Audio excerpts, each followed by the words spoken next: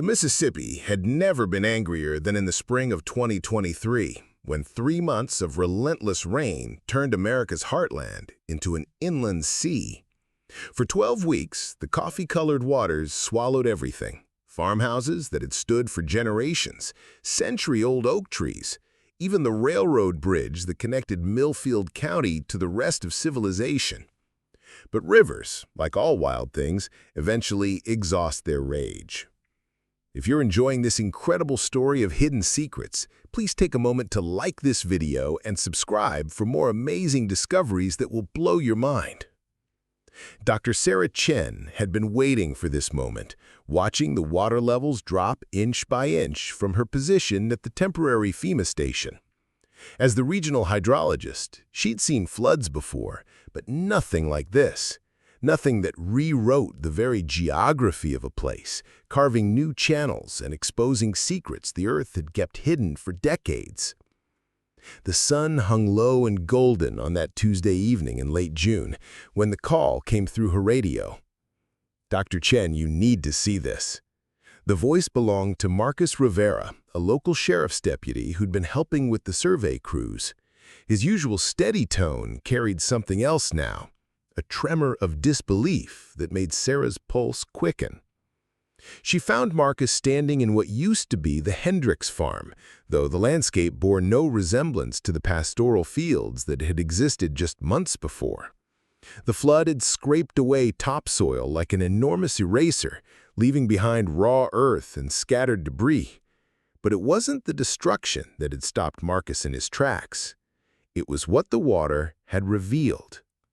Jutting from the muddy ground like the ribs of some prehistoric beast were the corroded remains of what appeared to be a large metal structure.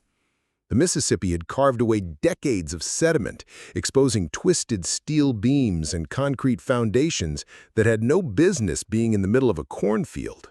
But that wasn't the strangest part. "Look at this," Marcus said, his voice barely above a whisper. He was kneeling beside what looked like the corner of a massive vault door, its surface pitted with rust, but still bearing the unmistakable seal of the United States Treasury Department. The eagle's wings were barely visible beneath 7 decades of corrosion, but the serial numbers along the bottom edge were clear enough to read: 1953 TB 7742. Sarah felt her breath catch in her throat. She'd studied enough geological surveys and historical records to know that nothing like this should exist here. The Hendricks family had owned this land since the 1920s, farming corn and soybeans in endless, predictable rows. There were no government facilities within 100 miles, no military installations, no banks that would warrant a vault of this size. "Have you called this in yet?" she asked, though she already knew the answer from the way Marcus kept glancing around, as if expecting someone to appear and tell them to move along. "That's just it," Marcus replied, running his weathered hand along the edge of the vault door. "I ran the serial number through every database I could access. Nothing. It's like this thing doesn't exist in any official records." He paused, studying Sarah's face in the dying light. "But I know someone who might have answers." The someone turned out to be Eleanor Hendricks, the 87-year-old matriarch of the family that had lost everything to the flood. Sarah and Marcus found her at the Red Cross shelter in town, a converted high school gymnasium filled with cots and the quiet desperation of people whose entire world had been washed away. Eleanor sat in a folding chair near the windows, her gnarled hands working on a piece of needlepoint with mechanical precision. When Marcus explained what they'd found, Eleanor's needle stopped mid-stitch. Her pale blue eyes, clouded with cataracts, but still sharp with intelligence, fixed on something far beyond the gymnasium walls. For a long moment, she said nothing. Then, slowly, she set down her needlework and spoke in a voice that seemed to carry the weight of decades. "I was 17 when they came," she began, her words measured and careful. "It was 1953, and the war had been over for 8 years, but everything still felt dangerous somehow, like the world was holding its breath." She looked directly at Sarah then, studying her face as if trying to determine whether she could be trusted with whatever came next. They said they were from the Army Corps of Engineers, came in black cars on a Thursday morning, all official-looking with their suits and briefcases. They met with my daddy in the kitchen, spread out papers on our old oak table, and told him the government needed to use our land for a temporary civil defense project. Daddy didn't much like it, but they weren't really asking. Sarah leaned forward, her scientific mind already racing with possibilities. What kind of project? Eleanor's laugh was dry as autumn leaves. They called it a strategic materials depot, said it was part of something called Operation Deep Shield, designed to protect vital resources in case the Russians ever invaded. They dug for 3 months, working day and night with those big machines, brought in concrete trucks from as far away as Chicago and steel beams on flatbed trains that had to be diverted from the main line. The old woman paused, her eyes growing distant as she traveled back 7 decades. But here's the thing that always bothered me. They didn't just bury supplies, they buried people too. Marcus and Sarah exchanged glances. "What do you mean, people?" Sarah asked gently. "Not dead people. At least, I don't think so. But there were men who went down into that facility and never came back up. I used to watch from the hayloft in the barn, and I kept count. 17 men went in during those 3 months. Only 12 came out." The implications of her words settled over them like a cold fog. Sarah found herself thinking about the vault door they discovered, wondering what other secrets lay buried beneath the Missouri mud. Did your father ever talk about what they told him was down there? Eleanor's hands had begun to tremble slightly. Whether from age or memory, Sarah couldn't tell. Once, near the end of his life, he'd had a few too many whiskeys, and he told me something that never made sense until now. He said they'd buried enough gold to buy a small country, but it wasn't ours to spend. Said it belonged to people who could never come to claim it. She reached into a purse and pulled out a yellowed photograph, its edges soft with age. It showed a much younger Eleanor standing beside a tall man in overalls, presumably her father, in front of a barn that no longer existed. But in the background, barely visible, were the skeletal frames of construction equipment and what looked like the beginning of an enormous excavation. "I kept this all these years, not really knowing why," Eleanor said, handing the photograph to Sarah. "But maybe I was supposed to keep it for you."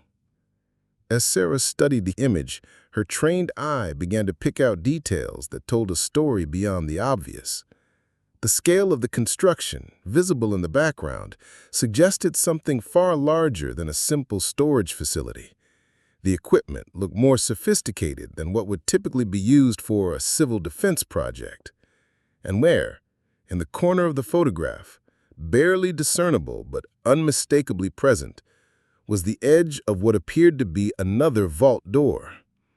"Mrs. Hendricks," Sarah said carefully, "do you have any idea how much gold they might have buried?" The old woman's smile was sad and knowing. "Honey, I was just a farm girl who liked to climb trees and spy on the government men. But I heard numbers, big numbers. Numbers that would make you think twice about everything you thought you knew about how the world works." As they prepared to leave the shelter, Eleanor caught Sarah's arm with surprising strength. "There's something else you should know," she whispered, glancing around to make sure no one was listening. "My daddy kept a journal during those months, wrote down everything he saw, everyone who came and went. I've got it hidden away, been afraid to look at it for years. But if what you found is what I think it is, maybe it's time." The drive back to the excavation site took place in contemplative silence, both Sarah and Marcus lost in their own thoughts about what they'd learned. The summer evening had deepened into full darkness by the time they reached the Hendricks farm, and Sarah used her flashlight to illuminate the exposed vault door that had started it all. In the stark white beam of the LED light, the corroded metal looked even more mysterious and ominous. Sarah knelt beside it, running her fingers along the edges where the seal met the frame. The construction was unlike anything she had encountered in her years of studying infrastructure and geological formations. The precision of the engineering, even accounting for 70 years of deterioration, suggested a level of security and permanence that went far beyond temporary wartime storage. "Marcus," Sarah said, her voice tight with growing excitement and apprehension, "I think we need to call in some experts. And I think we need to do it before word gets out about what's down here." But even as she spoke, Sarah realized it might already be too late. In the distance, she could see the headlights of vehicles approaching along the muddy access road, too many vehicles, moving too fast, with the kind of purposeful urgency that suggested someone had already been watching and waiting. The flood had done more than reveal a buried secret. It had awakened something that powerful people had spent 70 decades trying to keep hidden. This story gets even shocking. If you want to see how deep this conspiracy goes, smash that like button and share this with someone who loves incredible true stories. And now, as the first of the black SUVs pulled up to the excavation site, Sarah understood that she and Marcus had stumbled into something that would change not just their lives, but potentially the understanding of post-war American history itself. The door to the lead vehicle opened, and a figure stepped out into the darkness. A woman in a crisp suit, despite the rural setting and late hour, carrying herself with the kind of authority that comes only from representing interests much larger and more dangerous than oneself.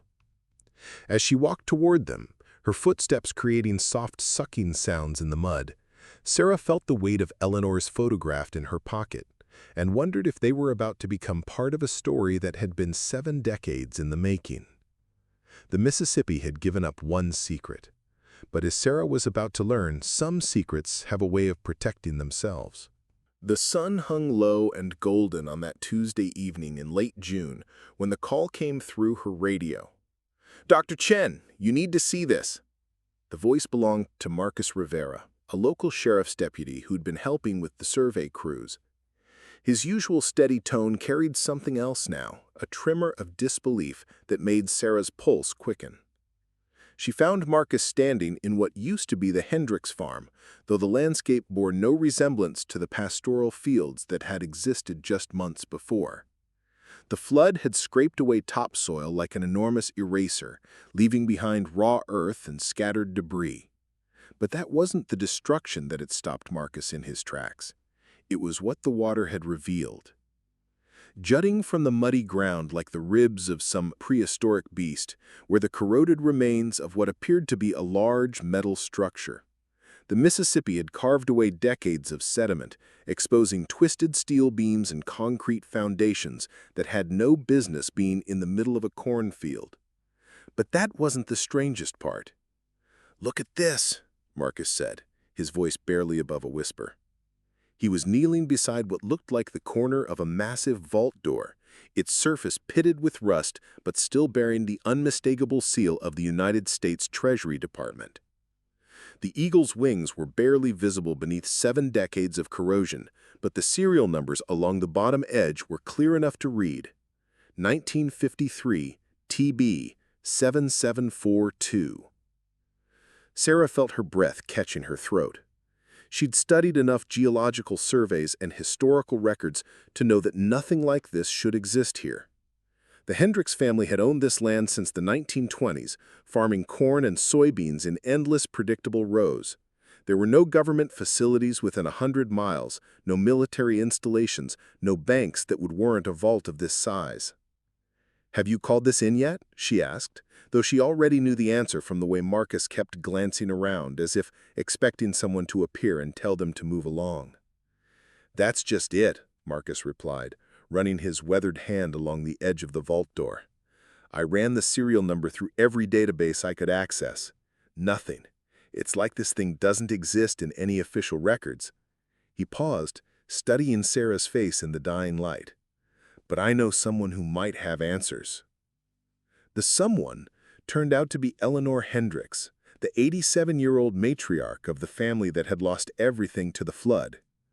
Sarah and Marcus found her at the Red Cross shelter in town, a converted high school gymnasium filled with cots in the quiet desperation of people whose entire world had been washed away.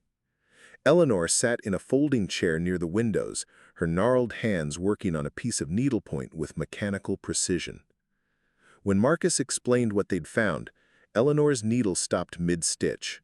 Her pale blue eyes, clouded with cataracts but still sharp with intelligence, fixed on something far beyond the gymnasium walls.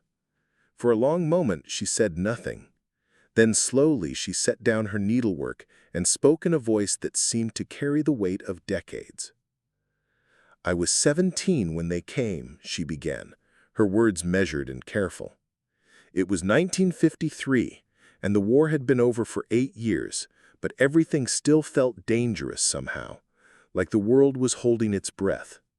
She looked directly at Sarah then, studying her face as if trying to determine whether she could be trusted with whatever came next.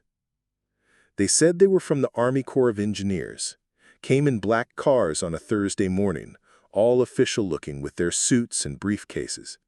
They met with my daddy in the kitchen, spread out papers on our old oak table, and told him the government needed to use our land for a temporary civil defense project. Daddy didn't much like it, but they weren't really asking." Sarah leaned forward, her scientific mind already racing with possibilities. What kind of project? Eleanor's laugh was dry as autumn leaves. They called it a strategic materials depot, said it was part of something called Operation Deep Shield, designed to protect vital resources in case the Russians ever invaded. They dug for 3 months, working day and night with those big machines, brought in concrete trucks from as far away as Chicago and steel beams on flatbed trains that had to be diverted from the main line. The old woman paused, her eyes growing distant as she traveled back 7 decades. But here's the thing that always bothered me. They didn't just bury supplies, they buried people too. Marcus and Sarah exchanged glances. "What do you mean, people?" Sarah asked gently. "Not dead people," Eleanor clarified quickly. "At least, I don't think so. But there were men who went down into that facility and never came back up. I used to watch from the hayloft in the barn, and I kept count. 17 men went in during those 3 months. Only 12 came out." The implications of her words settled over them like a cold fog.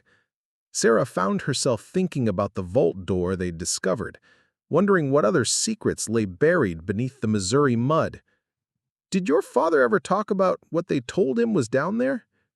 Eleanor's hands had begun to tremble slightly, whether from age or memory, Sarah couldn't tell. "Once, near the end of his life, he had had a few too many whiskeys, and he told me something that never made sense until now. He said they'd buried enough gold to buy a small country, but it wasn't ours to spend. Said it belonged to people who could never come to claim it." She reached into her purse and pulled out a yellowed photograph, its edges soft with age. It showed a much younger Eleanor standing beside a tall man in overalls, presumably her father, in front of a barn that no longer existed. But in the background, barely visible, were the skeletal frames of construction equipment and what looked like the beginning of an enormous excavation. "I kept this all these years, not really knowing why, but maybe I was supposed to keep it for you." As Sarah studied the image, her trained eye began to pick out details that told a story beyond the obvious. The scale of the construction visible in the background suggested something far larger than a simple storage facility. The equipment looked more sophisticated than what would typically be used for a civil defense project. And there, in the corner of the photograph, barely discernible but unmistakably present, was the edge of what appeared to be another vault door. "Mrs. Hendricks," Sarah said carefully, "do you have any idea how much gold they might have buried?" The old woman's smile was sad and knowing. "Honey, I was just a farm girl who liked to climb trees and spy on the government men, but I heard numbers, big numbers. Numbers that would make you think twice about how you thought the world works." As they prepared to leave the shelter, Eleanor caught Sarah's arm with surprising strength. She whispered, glancing around to make sure no one was listening. "My daddy kept a journal during those months, wrote down everything he saw, everyone who came and went. I've got it hidden away, been afraid to look at it for years. But if what you found is what I think it is, maybe it's time." The drive back to the excavation site took place in contemplative silence, both Sarah and Marcus lost in their own thoughts about what they'd learned. The summer evening had deepened into full darkness by the time they reached the Hendricks farm, and Sarah used her flashlight to illuminate the exposed vault door that had started it all. In the stark white beam of the LED light, the corroded metal looked even more mysterious and ominous. Sarah knelt beside it, running her fingers along the edges where the seal met the frame. The construction was unlike anything she had encountered in her years of studying infrastructure and geological formations. The precision of the engineering, even accounting for 70 years of deterioration, suggested a level of security and permanence that went far beyond temporary wartime storage. "Marcus," Sarah said, her voice tight with growing excitement and apprehension, "I think we need to call in some experts, and I think we need to do it before word gets out about what's down here." But even as she spoke, Sarah realized it might already be too late. In the distance, she could see the headlights of vehicles approaching along the muddy access road. Too many vehicles, moving too fast, with the kind of purposeful urgency that suggested someone had already been watching and waiting. The flood had done more than reveal a buried secret. It had awakened something that powerful people had spent 7 decades trying to keep hidden. And now, as the first of the black SUVs pulled up to the excavation site, Sarah understood that she and Marcus had stumbled into something that would change not just their lives, but potentially the understanding of post-war American history itself. The door to the lead vehicle opened, and a figure stepped out into the darkness. A woman in a crisp suit despite the rural setting and late hour, carrying herself with the kind of authority that comes only from representing interests much larger and more dangerous than oneself. As she walked toward them, her footsteps creating soft, sucking sounds in the mud, Sarah felt the weight of Eleanor's photograph in her pocket and wondered if they were about to become part of a story that had been 7 decades in the making. Agent Victoria Reeves, as she introduced herself with the flash of federal credentials that disappeared too quickly for Sarah to read the details, had the kind of presence that made everything else seem to pause and recalibrate around her authority. "Dr. Chen, Deputy Rivera," she said, her voice carrying just enough warmth to avoid seeming hostile while maintaining complete professional distance. "I'm with a federal task force that monitors situations involving historical infrastructure anomalies." The phrase rolled off her tongue with practiced ease, as if she'd used it many times before to describe things that couldn't be described honestly. Sarah found herself studying Agent Reeves with the same analytical intensity she typically reserved for geological formations. The woman appeared to be in her early 40s, with dark hair pulled back in a way that suggested both efficiency and the ability to look presentable on short notice. Her suit was expensive, but not flashy, and her shoes, Sarah noticed with the eye of someone who spent a lot of time in various terrains, were designed for both boardrooms and muddy fields. "We weren't aware the site was under federal monitoring," Marcus said, his hand unconsciously moving toward his radio. It was a small gesture, but Sarah caught it, and more importantly, so did Agent Reeves. "Most sites aren't until they are," Reeves replied with what might have been a smile if it had reached her eyes. "The flood damage throughout the region has exposed several locations of historical interest. We're here to ensure proper protocols are followed during the documentation and recovery process."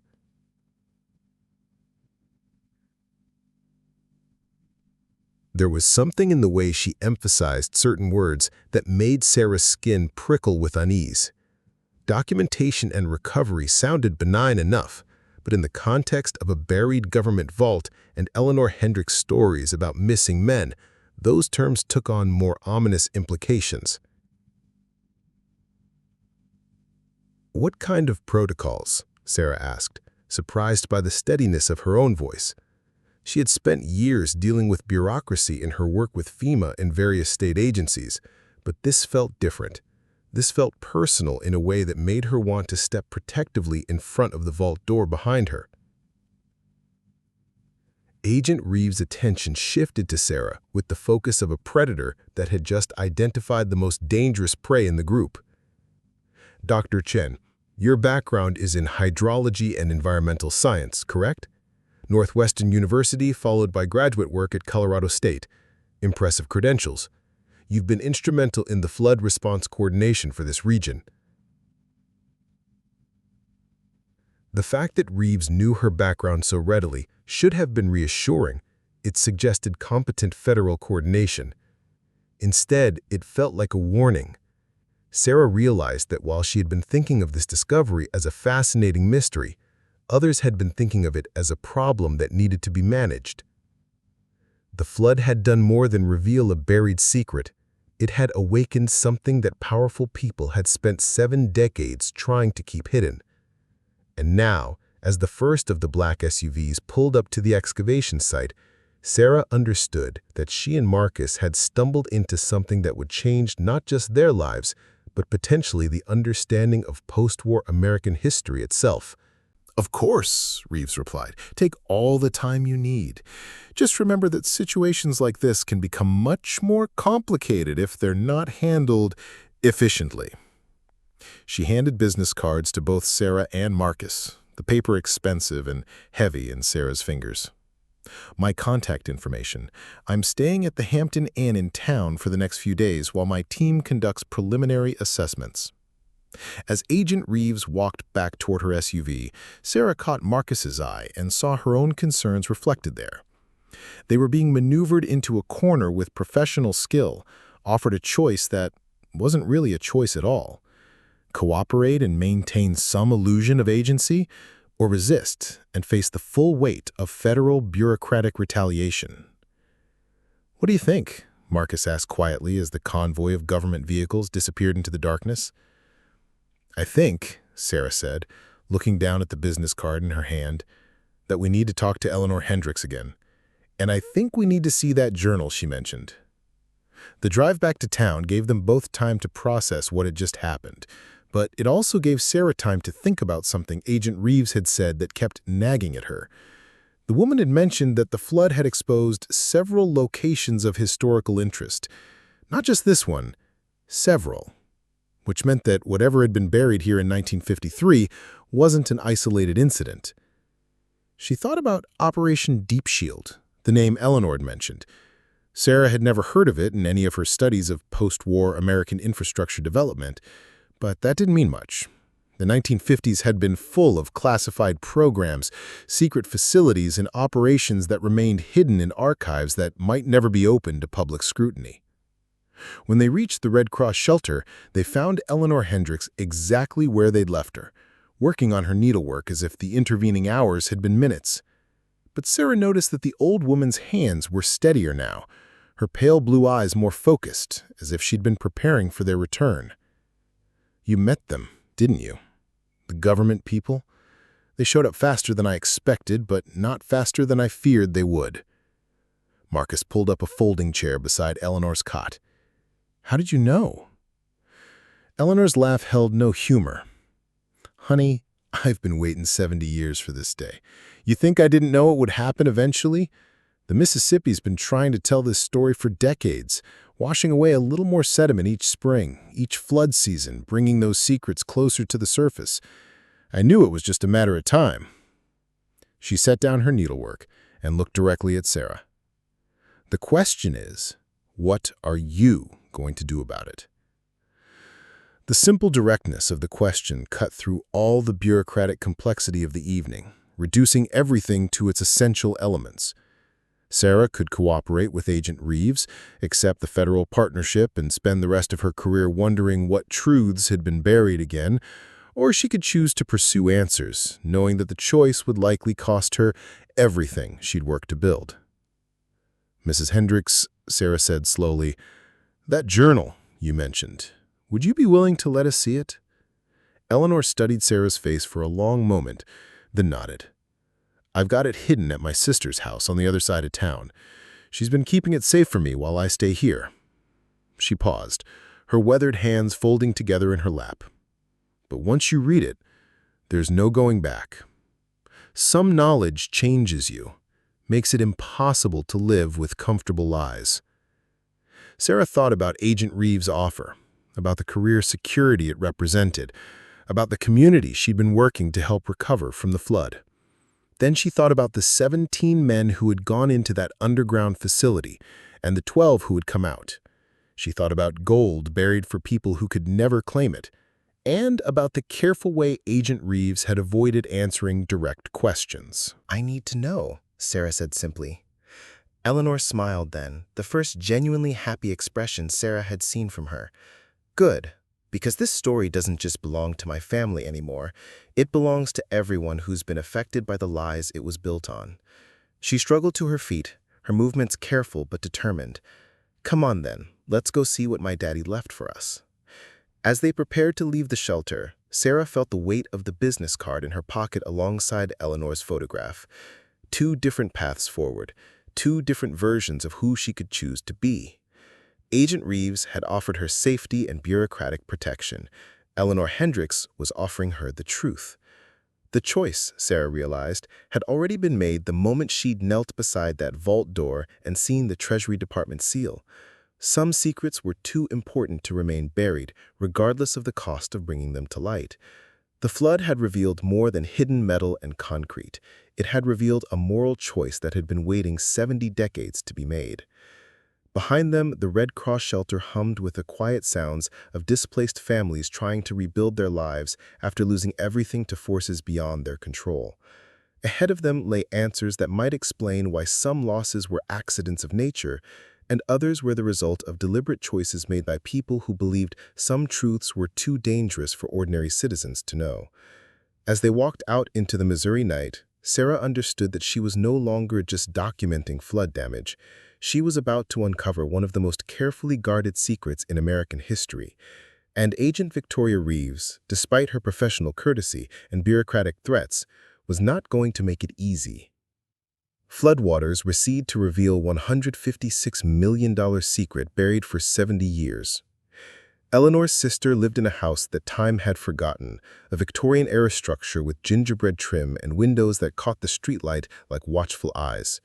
Margaret Hendricks Powell was 83 years old and moved with the careful deliberation of someone who had learned to navigate a world that no longer accommodated the rhythms of age. But her mind, Sarah discovered, was as sharp as winter steel. "Ellie called me an hour ago," Margaret said as she led them through a living room crowded with the accumulated memories of 8 decades. "Said you'd be coming for Daddy's journal. I've been keeping it safe all these years, though I was never sure why. Some things you just know are important, even when you don't understand them." The journal itself was smaller than Sarah had expected, a leather-bound notebook, worn smooth by handling, with pages that had yellowed to the color of old honey. Margaret retrieved it from behind a collection of Reader's Digest condensed books, a hiding place so obvious it was invisible. As she handed it to Sarah, the weight of it seemed disproportionate to its size, as if the words inside had acquired mass through the decades of secrecy. Daddy wrote in it every night during those 3 months in 1953. He had good handwriting, better than most men of his generation. He believed in keeping records, said you never knew when the truth might be important. Sarah opened the journal carefully, aware that she was holding something that could rewrite history. The first entry was dated May 15, 1953, written in the precise script of a man who had learned penmanship when it was considered a moral virtue. "Government men came today, 3 of them in a black Packard, all wearing identical suits like they bought them from the same catalog. The one in charge introduced himself as Colonel Morrison, though he didn't look like any Army officer I've known. Too soft around the edges, too comfortable with giving orders instead of taking them. Sarah read the entry aloud, her voice steady despite the rapid beating of her heart. Marcus leaned over her shoulder, following along as she continued. They spread maps on our kitchen table, not regular maps, but something that looked like military engineering drawings, showed me where they wanted to dig, right in the middle of our best cornfield. Said it was for strategic material storage as part of something called Operation Deep Shield. When I asked what kind of materials, Colonel Morrison just smiled and said it was better if I didn't know. The entries that followed painted a picture of escalating strangeness and growing unease. Eleanor's father, James Hendricks, had documented everything with the methodical attention of a man who understood that someone, someday, would need to know what had really happened on his farm. May 23, 1953. The equipment arrived today. Not just bulldozers and excavators, but machines I've never seen before. Looked like oil drilling equipment, but bigger, more sophisticated. They brought in their own power generators, huge things that make the whole house shake when they're running. The workers don't talk to us anymore. In the beginning, some of them would nod or say good morning, but now they act like we're not here. May 30, 1953. They're digging deeper than they said they would, much deeper. The hole is big enough to swallow our barn, and they're not slowing down. Martha counted 17 trucks bringing in concrete today. Industrial concrete, the kind they use for building dams. I asked one of the foremen what they're building down there that needs so much concrete. He just walked away. Sarah felt a chill that had nothing to do with the evening air. The scale of construction described in the journal suggested something far more permanent and significant than a temporary storage facility. She thought about the vault door they'd discovered, about Agent Reeves' carefully neutral expression when she'd mentioned historical infrastructure anomalies. June 8, 1953. Something's wrong. They brought in a train car today. Not a regular freight car, but something special. Armored. It took 4 men just to open the doors, and when they did, I could see metal boxes inside, dozens of them, each about the size of a coffin, but much heavier. It took 2 men to carry each box, and they moved them like they were handling dynamite. Marcus whistled softly. Metal boxes the size of coffins. That's not strategic materials, that's gold, Eleanor finished quietly. That's what Daddy figured out eventually. Gold bars. Enough gold to fund a war, or buy a country, or... She trailed off, her pale eyes fixed on something beyond the room's wallpapered walls. Sarah continued reading, but the entries became increasingly disturbing. James Hendricks had documented the arrival of personnel who weren't construction workers or military engineers. Scientists, based on his descriptions. Men in laboratory coats who carried briefcases and spoke in hushed tones about things that made no sense to a Missouri farmer. June 15, 1953. Dr. Kowalski arrived today with a team of specialists. I overheard enough to know they're not American. They have accents, though they're trying to hide them. German, maybe, or Polish. Colonel Morrison treats them with the kind of respect you show someone who knows things you wish you didn't need to know. They brought in equipment that I can't begin to describe, machines with gauges and dials and warning labels in languages I don't recognize. The implications were staggering. Sarah found herself thinking about the end of World War II, about Nazi gold that had disappeared, about the scientists and intelligence assets that both sides had scrambled to recruit as the war ended and the Cold War began. Operation Deep Shield wasn't just about hiding American strategic materials. It was about hiding assets that couldn't be acknowledged officially. June 22, 1953. They're not just storing gold down there. I managed to get close enough to see some of the documentation they're so careful about. Shipping manifests, but not for anything that makes sense. art objects, scientific equipment, something listed as archival materials that required special climate control, and people. There are housing units being built down there, complete with kitchens and sleeping quarters. This isn't storage, it's a bunker. They're building a place for people to live underground. Sarah's hands were trembling now as she turned the pages. Each entry revealed another layer of complexity, another element that transformed their discovery from a historical curiosity into something that could reshape understanding of post-war American intelligence operations. June 29, 1953. They're not just storing gold down there. I managed to get close enough to see some of the documentation they're so careful about. Shipping manifests, but not for anything that makes sense. Art objects, scientific equipment, something listed as archival materials that required special climate control. And people. There are housing units being built down there, complete with kitchens and sleeping quarters. This isn't storage. It's a bunker. They're building a place for people to live underground. The adults looked scared, but the children just looked confused. Dr. Kowalski supervised their movement into the facility personally, and I heard him speaking to them in what sounded like German. 17 people, Marcus said, his voice tight with understanding. Eleanor, you said 17 men went down and only 12 came out. Eleanor nodded slowly. I was counting wrong. It wasn't 17 men, it was 17 people. And the 5 who didn't come out, she paused, her weathered hands folding together in her lap. They never left because they never could. Whatever they knew, whoever they were too dangerous to ever surface again. The final entries in the journal painted a picture of a facility that was being sealed for the long term.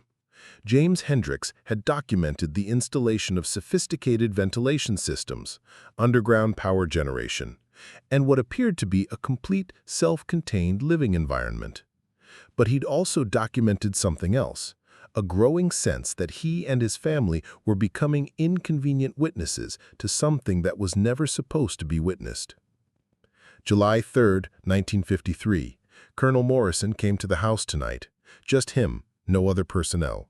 Said they'd be finishing up within the week and that our family would be compensated for our patriotic service. But then he said something that made my blood run cold. He said that sometimes patriotic service required more than just cooperation. It required discretion. Permanent discretion.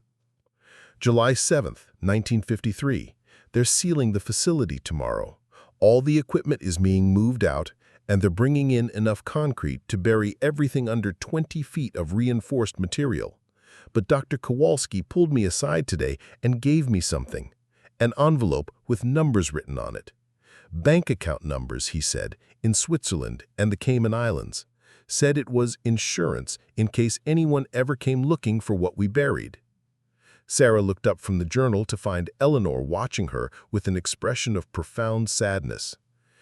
He never used those account numbers, Eleanor said softly. Daddy was too scared of what might happen if he tried. But I still have the envelope. The room fell silent, except for the ticking of an antique clock on the mantelpiece. Sarah realized she was holding documentation of one of the most significant intelligence operations in American history. Operation that involved Nazi gold, former enemy scientists, and the permanent imprisonment of people who knew too much about things that could never be officially acknowledged. This is, Marcus began, then stopped, apparently unable to find words adequate to the situation. This is why Agent Reeves showed up so quickly, Sarah finished. This isn't just about buried treasure. This is about protecting secrets that could bring down careers and political dynasties and rewrite the official history of how America won the Cold War. Margaret, who had been listening in thoughtful silence, stood up and walked to an old secretary desk in the corner of the room. From a locked drawer, she retrieved a manila envelope, yellowed with age, but still sealed. Ellie's right, she said, handing the envelope to Sarah. Daddy never opened this, but he told us to keep it safe, said that someday Someone would need it to set things right. Sarah opened the envelope with hands that were no longer steady. Inside were photocopied documents, shipping manifests, personnel records, and financial account information. But there was something else: photographs. Black and white images that showed the construction of the underground facility, the transport of the mysterious metal boxes, and, most damning wall, clear pictures of the 17 residents being escorted into the bunker. Among the faces in those photographs was one that made Sarah's breath catch in her throat.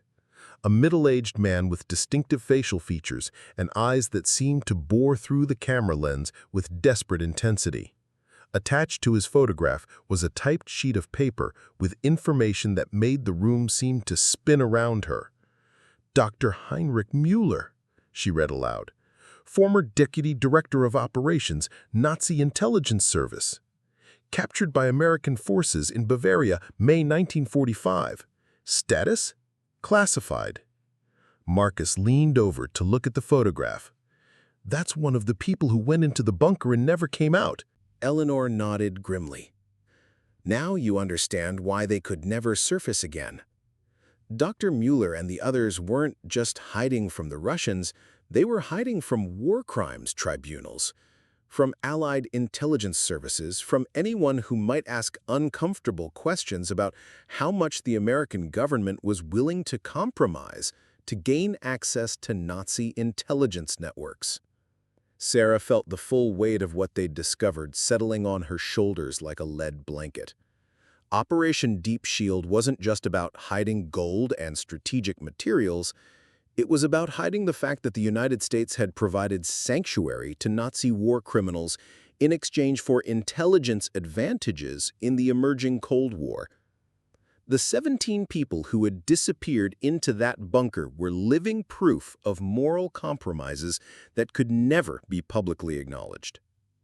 "We need to call someone," Marcus said, though his voice carried the uncertainty of a man who was beginning to realize that there might not be anyone they could trust with this information. "Who?" Sarah asked. "Agent Reeves? She's already made it clear that her job is to manage this situation, not to pursue the truth.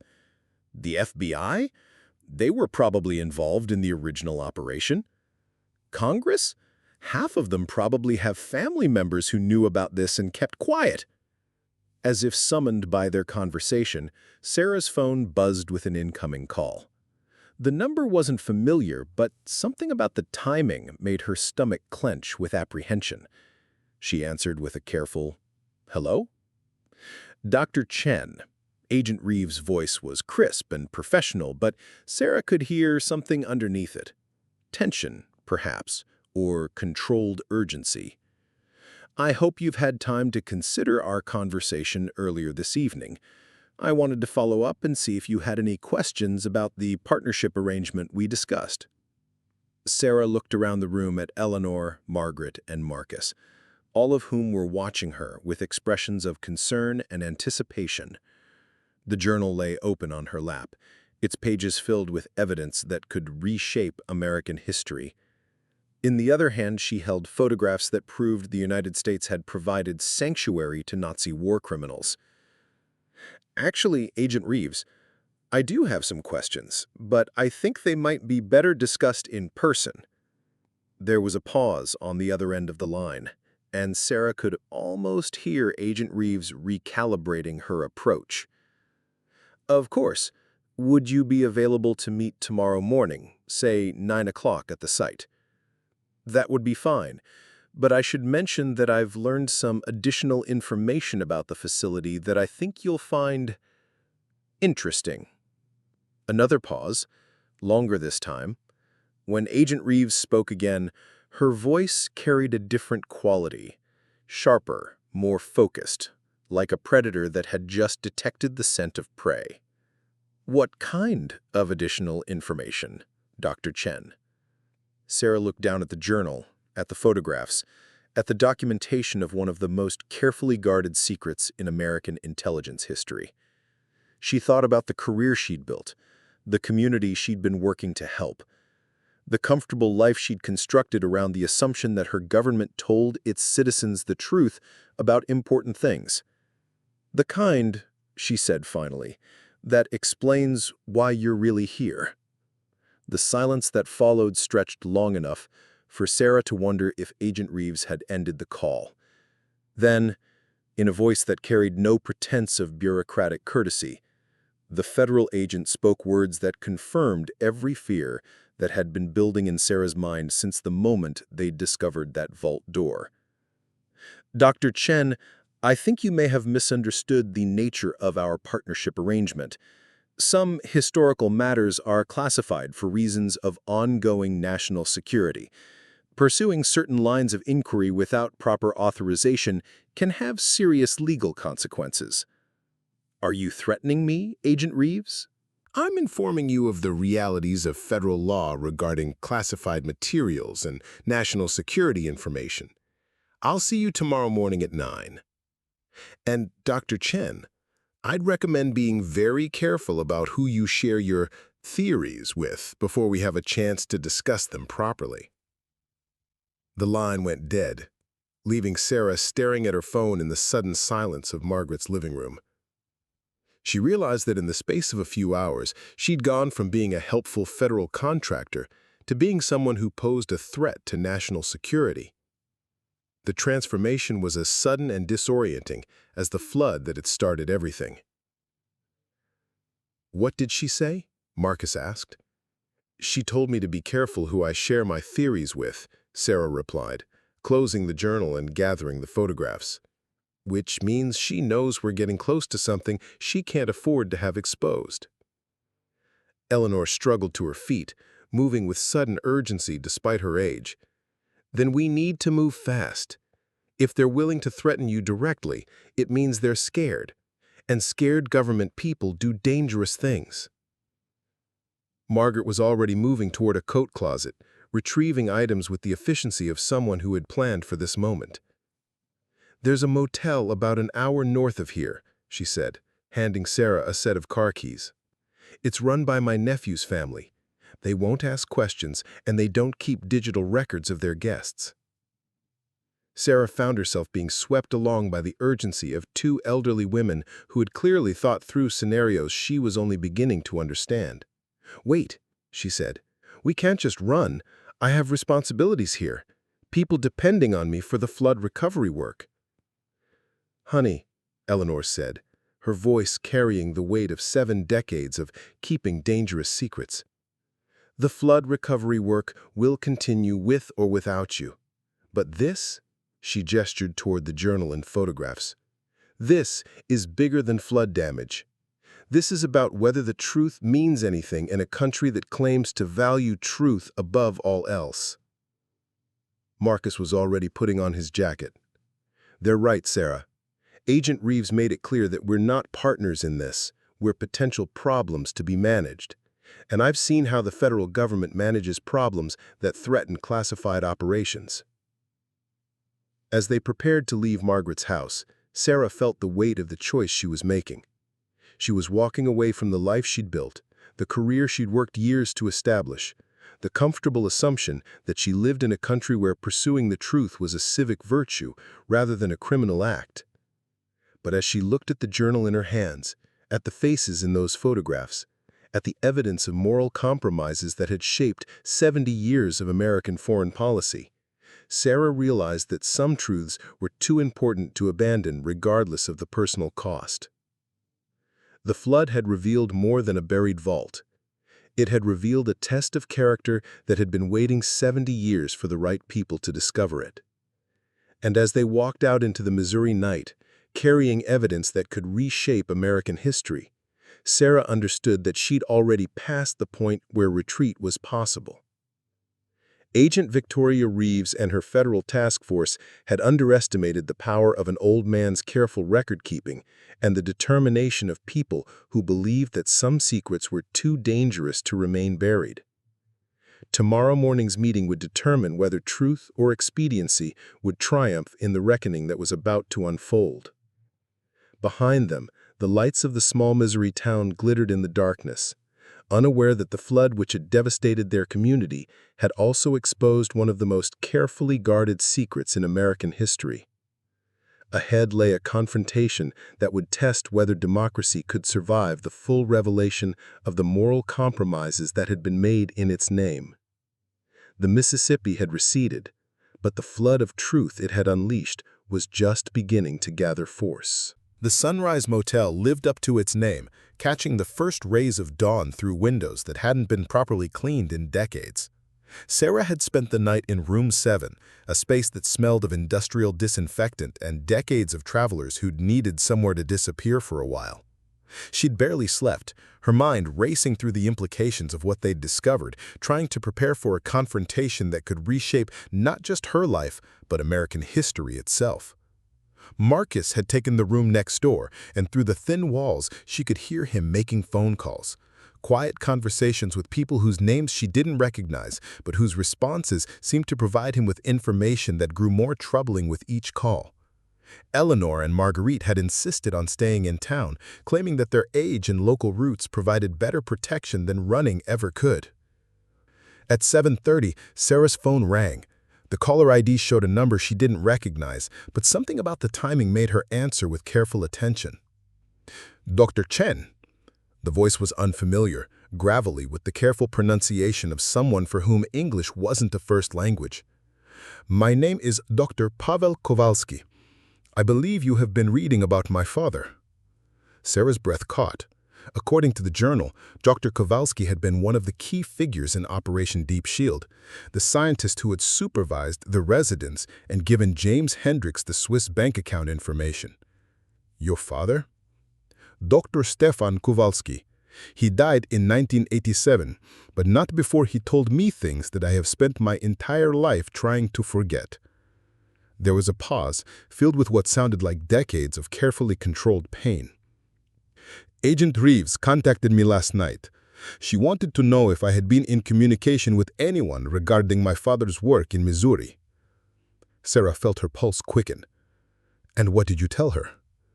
"I told her the truth, that I had not been contacted by anyone, but I did not tell her that I have been waiting 36 years for this day." Dr. Pavel Kowalski's voice carried a weight that seemed to compress the air in the motel room. "Dr. Chen, my father was not a Nazi. He was a Polish scientist who was forced to work for the German war machine under threat of death. When the Americans captured him, he thought he had been liberated. Instead, he discovered he had simply changed masters." The revelation hit Sarah like a physical blow. She thought about the photographs, about Dr. Heinrich Müller and the other residents who had been permanently confined to the underground facility. "Your father was one of the people who went into the bunker?" "No," Pavel replied, and there was bitter irony in his voice. "My father was one of the people who put others into the bunker, and it destroyed him. Dr. Chen, I am 79 years old. I've spent my entire adult life as a physics professor at the University of Chicago, trying to atone for knowledge I inherited but never wanted. But I kept my father's records, his photographs, his detailed accounts of what really happened during Operation Deep Shield." Sarah realized she was gripping the phone so tightly her knuckles had gone white. "Dr. Kowalski, are you saying you have additional documentation?" "I am saying I have everything. Film footage of the construction, audio recordings of conversations between Colonel Morrison and his superiors, detailed financial records showing where the Nazi gold came from and where it went." Pavel's voice grew stronger, more determined. "Most importantly, I have the complete list of the people who are confined to that facility, including their real names and their actual crimes." The implications were staggering. Sarah found herself thinking about Agent Reeves' carefully controlled responses, about the speed with which federal authorities had appeared at the excavation site. "Dr. Kowalski, why are you telling me this?" "Because my father made me promise something before he died. He said that if this secret ever came to light, if anyone ever discovered what was buried in that Missouri cornfield, I was to ensure that the complete truth was revealed. Not this sanitized version that would protect careers and reputations, but the full truth about what America was willing to do to gain an advantage in the Cold War. Sarah looked around the shabby motel room, thinking about the choice she'd made to pursue this story despite the personal and professional costs.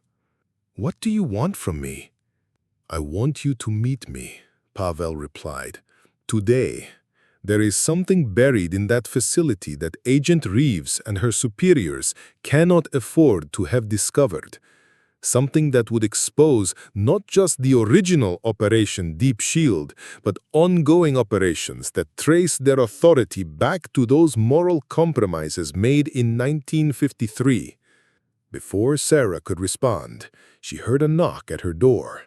Not the casual rap of housekeeping, but the sharp, authoritative knock of someone accustomed to being admitted immediately.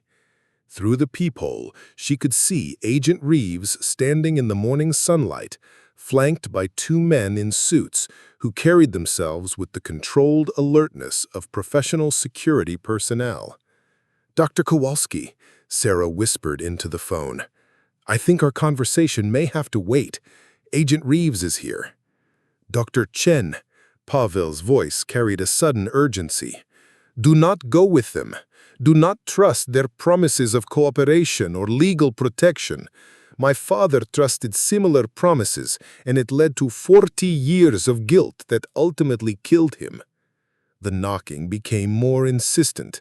Sarah heard Agent Reeves's voice through the door, professional, but carrying an unmistakable edge of impatience. "Dr. Chen, we need to talk. Our 9 o'clock meeting has been moved up due to developing circumstances." "I have to go," Sarah whispered. "Wait," Pavel said quickly. "There is something else you need to know. The vault you discovered, it's not the main facility. It's just the access point. The real Operation Deep Shield bunker extends for nearly a mile underground, and it's still active, still occupied." The words hit Sarah like an electric shock. "What do you mean, still occupied?" "I mean that some of the people who went underground in 1953 are still alive, still down there, still keeping secrets that certain elements of the American intelligence community believe are worth any cost to protect." The knocking stopped, replaced by the sound of electronic equipment. Card readers, Sarah realized, or electronic lockpicks. Agent Reeves wasn't planning to wait for an invitation. "Dr. Kowalski, I have to—" "The Arch, St. Louis. There is a maintenance level that is not on any public blueprints. Meet me there at 3 o'clock if you can. If you cannot, then may God forgive us all for what we allowed to remain buried." The line went dead just as Sarah heard the electronic lock on her door disengage with a soft click. She had just enough time to slip her phone into her pocket before Agent Reeves entered, followed by her two companions who immediately positioned themselves to block any potential exit. "Dr. Chen," Agent Reeves said, her tone carrying none of the bureaucratic courtesy from their previous encounters, "I'm disappointed that you chose not to wait for our scheduled meeting." Sarah stood slowly, trying to project a calm she didn't feel. "I wasn't aware that leaving town required federal permission." "It doesn't under normal circumstances," Reeves replied, settling into the room's single chair with the casual confidence of someone who controlled the situation completely. One of the men who had accompanied Reeves, tall, lean, with the kind of pale eyes that seemed to catalog everything they saw, stepped forward slightly. "Dr. Chen, I'm Agent David Morrison, Deputy Director of the Historical Security Review Board. I believe you may have encountered materials that fall under our jurisdiction." The name Morrison hit Sarah like a physical blow. She thought about the journal, about Colonel Morrison, who had supervised the original Operation Deep Shield instruction. Any relation to Colonel Morrison? Agent Morrison's expression didn't change, but Sarah caught something in his eyes. A flicker of recognition, perhaps, or acknowledgement. "My grandfather," he said simply. "Which is why I have a particular interest in ensuring that any information related to his wartime service is handled with appropriate sensitivity." The revelation transformed the entire dynamic of the conversation. This wasn't just about protecting classified materials. It was about protecting family legacies, political dynasties, and the carefully constructed narratives that had shaped 70 decades of American foreign policy. "Agent Morrison," Sarah said carefully, "what exactly do you think I've discovered?" Agent Reeves leaned forward, her professional mask slipping slightly to reveal something harder underneath. "Dr. Chen, let me be direct. We know you spent yesterday evening with Eleanor Hendricks and her sister. We know they provided you with materials that belonged to James Hendricks, and we know you received a phone call this morning from Dr. Pavel Kowalski." The casual admission of surveillance sent a chill through Sarah's spine.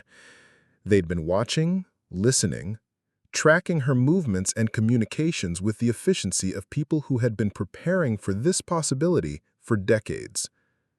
"The question," Agent Morrison continued, "is whether you understand the full implications of what you think you have discovered.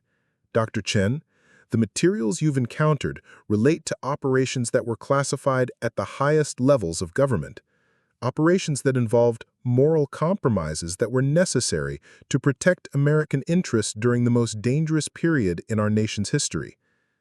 Sarah found herself thinking about Pavel Kowalski's warning, about his father's 40 years of guilt, and about the people who had disappeared into an underground facility and never emerged.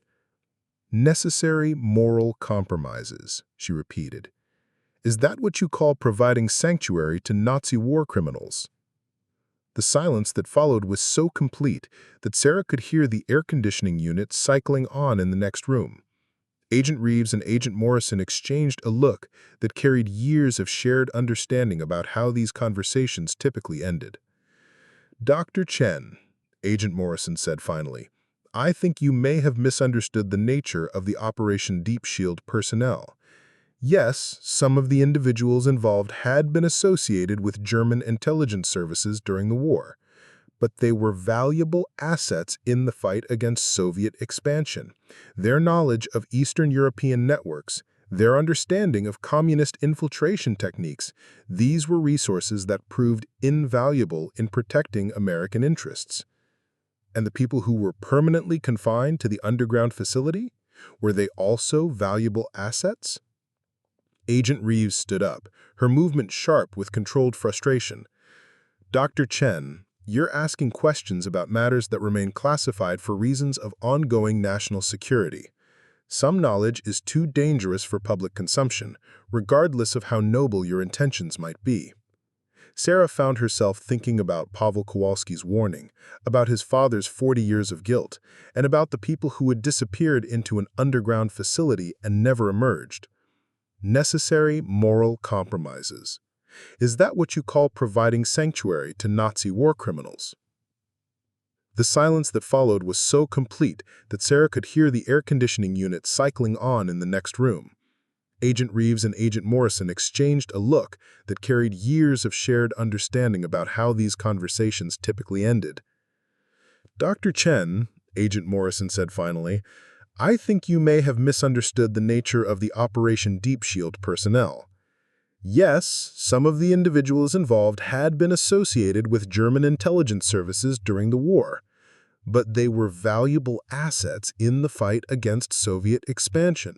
Their knowledge of Eastern European networks, their understanding of communist infiltration techniques, these were resources that proved invaluable in protecting American interests. And the people who were permanently confined to the underground facility, were they also valuable assets?" Agent Reeves stood up, her movement sharp with controlled frustration. "Dr. Chen, you're asking questions about matters that remain classified for reasons of ongoing national security. Some knowledge is too dangerous for public consumption, regardless of how noble your intentions might be." Farah felt something crystallizing inside her, a recognition that this moment had been building for 70 years, waiting for someone to make the choice between comfortable lies and dangerous truths. "Agent Reeves, Agent Morrison, I appreciate your concerns about national security, but I think the American people have a right to know what was done in their name. Agent Morrison moved closer, his pale eyes fixed on Sarah with the intensity of someone who was accustomed to winning these conversations. Dr. Chen, let me explain something about rights. The right to national security sometimes supersedes other rights.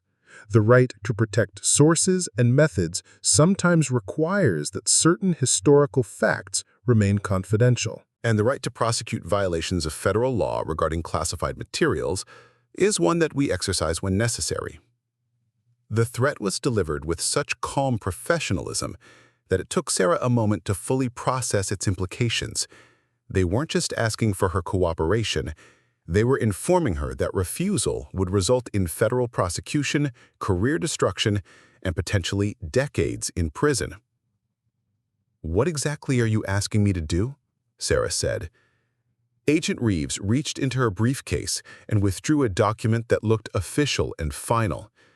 "We're asking you to sign a national security agreement acknowledging that you've been inadvertently exposed to classified materials. In exchange, you'll receive consultant status with our Historical Review Board, a significant increase in compensation, and the satisfaction of knowing you've served your country's interests." Sarah looked at the document, recognizing it as a sophisticated trap disguised as an opportunity. Sign it, and she would be legally bound to silence about everything they discovered. Refuse, and face the full weight of federal prosecution for unauthorized possession of classified materials. "And if I refuse?" Agent Morrison's smile was cold and professional. "Dr. Chen, you're a smart woman. You understand how federal law works. Unauthorized possession of classified materials is a serious crime. Dissemination of such materials is an even more serious crime. We'd prefer to resolve this situation cooperatively, but we're prepared to use other methods if necessary."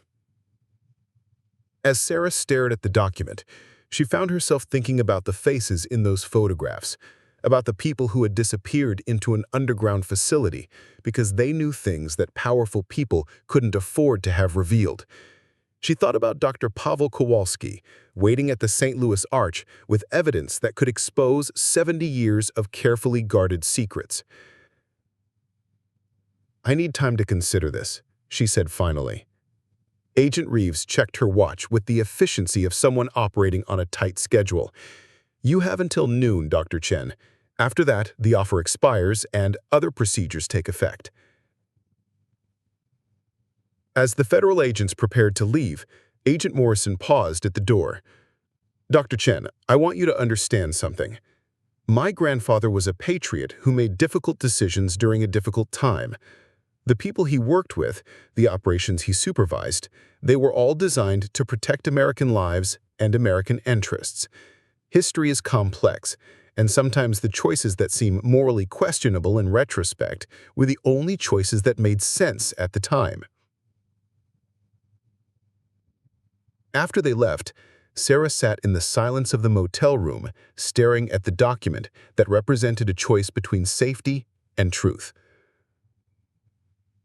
Through the thin walls, she could hear Marcus moving around next room, and she realized she needed to warn him about what was coming.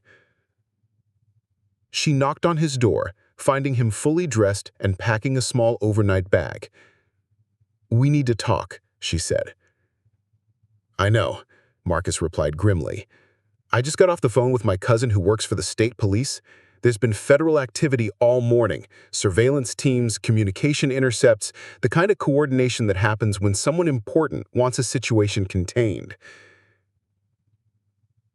She showed him the document Agent Morrison had left. "They want me to sign a national security agreement, basically legal confirmation that I'll keep quiet about everything we've discovered." Marcus read through the document quickly, his expression growing more troubled with each page. "Sarah, this isn't just about keeping quiet. Look at Clause 17. You'd be agreeing to ongoing cooperation with federal authorities in matters related to historical security reviews. They're not just buying your silence, they're recruiting you." The implication hit Sarah like a physical blow. They weren't just trying to contain the situation, they were trying to turn her into part of the cover-up, to make her complicit in protecting secrets that she'd stumbled upon by accident. "There's something else," she said, and told him about Pavel Kowalski's call, about the revelation that the underground facility was still active, still occupied by people who had been keeping secrets for 7 decades. Marcus set down the document and looked at her with an expression of profound concern. "Sarah, if that's true, if there are still people alive down there, then this isn't just about historical secrets. This is about ongoing crimes. People who have been held against their will for 70 years, operations that are still active, cover-ups that are still being maintained." The weight of the choice she faced settled on Sarah's shoulders like a crushing burden. Sign the document and become part of a conspiracy that had shaped American foreign policy for 7 decades. Refuse and face federal prosecution while potentially condemning innocent people to continued imprisonment in an underground facility that officially didn't exist. But as she thought about Eleanor Hendricks sitting in that Red Cross shelter with her carefully guarded memories, and about Dr. Pavel Kowalski carrying 40 years of guilt inherited from his father's forced complicity, Sarah realized the choice had already been made. Some truths were too important to abandon, regardless of the personal cost. "Marcus," she said, "I think we need to get to St. Louis." The Gateway Arch rose into the St. Louis sky like a monument to American ambition, its stainless steel surface gleaming in the afternoon sun. Sarah stood at its base, looking up at the 630-foot curve that symbolized the nation's westward expansion, and wondered how many other secrets lay buried beneath the landmarks that celebrated American achievement. Finding the maintenance level that Dr. Pavel Kowalski had referenced required more creativity than Sarah had expected. Marcus, drawing on his law enforcement experience, had managed to locate a National Park Service employee who was willing to provide access in exchange for a plausible story about geological assessments related to flood damage. The maintenance areas beneath the arch were a maze of tunnels and service corridors that extended far deeper than any public documentation suggested.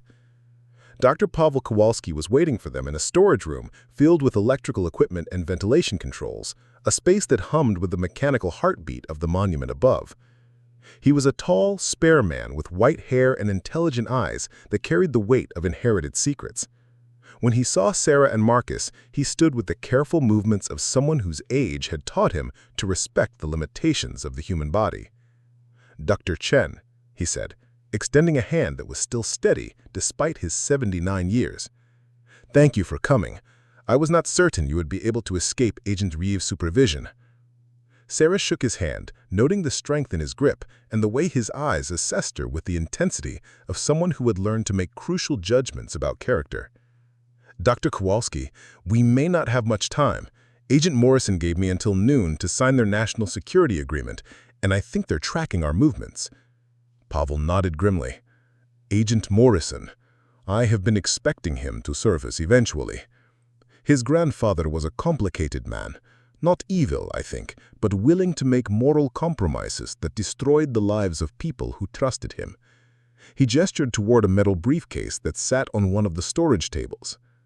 "I brought everything my father left me, everything he was too afraid to reveal while he was alive." The briefcase, when opened, revealed decades of carefully preserved documentation.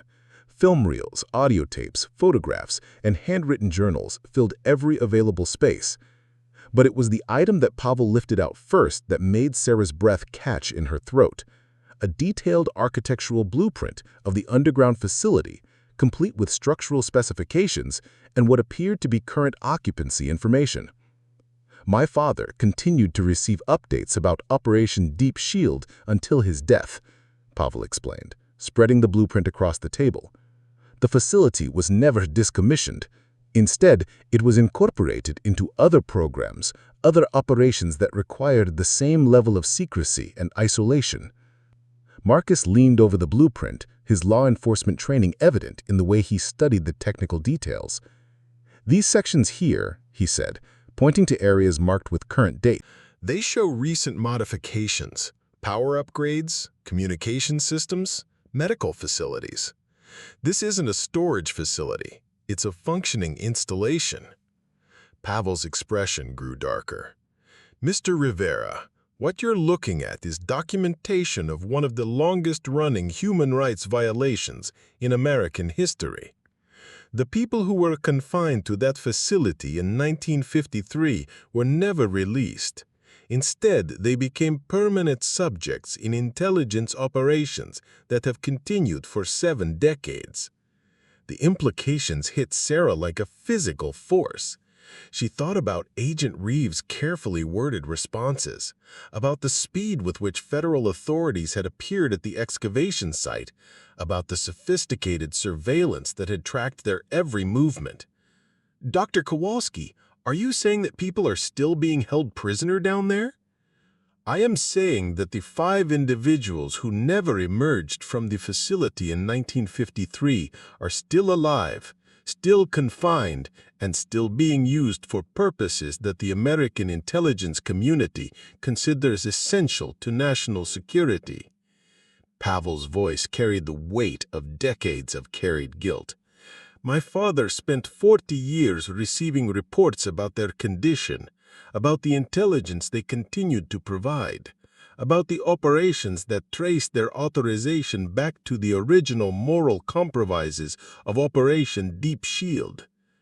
Pavel lifted an audio tape from the briefcase, holding it with the reverence of someone handling evidence of profound moral failure. This recording was made in 1987, 6 months before my father's death. It documents a conversation between him and the facility director about the ethical implications of maintaining the program. He loaded the tape into a portable player that looked like it belonged in a museum, and Sarah found herself listening to voices from the past discussing crimes that were still being committed in the present. The voice that emerged from the speaker was heavily accented, carrying the careful pronunciation of someone for whom English remained a second language despite decades of practice.